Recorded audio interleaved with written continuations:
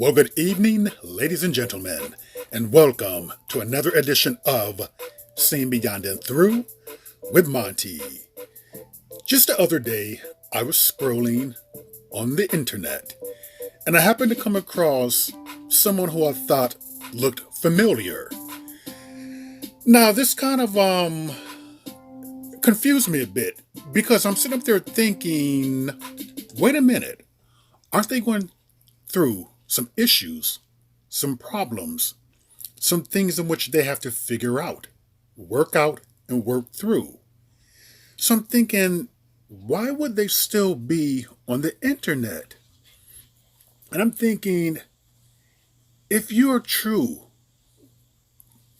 about change, about saving your marriage, about redemption, about forgiveness, the last place you should be is on social media. And I'm thinking, let me listen to this guy. And sure enough, it was Dwayne Dawkins. Now, I was very surprised, as I told you, taken aback, because this was just a day ago, would have been 5 days ago, but today makes it 6 days ago. However, keep in mind, the scandal happened about a month ago is when it broke. But as you can see, 6 days ago, and here's another one that says April the 14th. So basically, he is still online posting. He still has an account up on social media. This particular one is on IG. And we know that on IG, it allows you to DM people. And this is very problematic. Because why would you leave yourself open to temptation, to people wanting to get at you, to people sending you all types of messages, nude pictures, videotapes, if you're about change?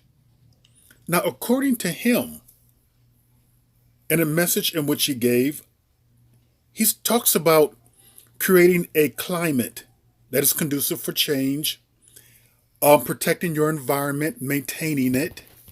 He talks about the importance of that. But yet, he's still on social media. I want you to take a listen to Dwayne Dawkins, out of his own mouth. Hear what he's saying about this, because it sounds extremely contradictory. Atmosphere is essential. Maintaining an environment that is conducive for your expected outcome is your responsibility. You might not be able to control everything that's going on around you, but you can definitely have a better management over what's going on in your head, in your soul, your heart, right? And just in your space, your immediate space. Stop allowing other managers to manage your environment. What are you trying to cultivate? What are your goals? What are your objectives? What are the agendas you have for this season? Create the climate that is conducive for your expected harvest. For me, in this season of my life, I have to protect my environment because I'm going through healing in certain areas. I'm going through restoration in certain areas. So as a result, I have to make sure that I protect my ears, protect my mind, protect my body, protect those closest to me from being toxic carriers. Push protected. Okay, so you heard what Dwayne said about environment, about, protecting your environment, space, and things like that. Then the question would be, are you really serious about change? I don't even know if he and his wife are still together. By him being on social media, no pictures of her, no pictures of family, I'm kind of thinking that their marriage is over. And the thing about social media, this is what I'm talking about. The gay bunnies in Atlanta are definitely going to have a field day in trying to get at Dwayne Dawkins. As I previously spoke on in another video, he's a wanted man. He has all the physical attributes that many in the gay world likes. Tall, like 6'3", dark skin, primarily a top, big appendage. Why make yourself a moving target? Why stay on social media if you are about change? If you want to change? If you made this declaration that you're very sorry about what you did to your family, to your community, you're apologizing, so forth and so on. So it seems to me that something has happened. If you're going to stay in an environment that's going to cause you to practically stumble and trip, it tells me that you're not serious about that change. If you're going to make a tape, a video of yourself talking about creating a climate that's healthy, maintaining your environment, you heard the tape. Everything that he spoke on in that tape is contradictory to what he's doing by still being on social media. You don't want to have gay bunnies sending you pictures of them, nude pictures of them, tapes of them. You don't want to have to use willpower, because the more that you use willpower, the weaker it gets. Why put yourself in a position to be tempted? That doesn't make any sense to me. So this is kind of telling me that he's kind of gave up the ghost, so to speak, and that he realizes who he is, that he's just not going to fight it. And if you go to his social media on Instagram, you would clearly see there's no pictures of his wife up, no pictures of his children, nothing. It's just pictures of him, a lone man in a world who could be tempted by lust. So that tells me, as someone else told me, that he's not serious about changing. That's not such a bad thing.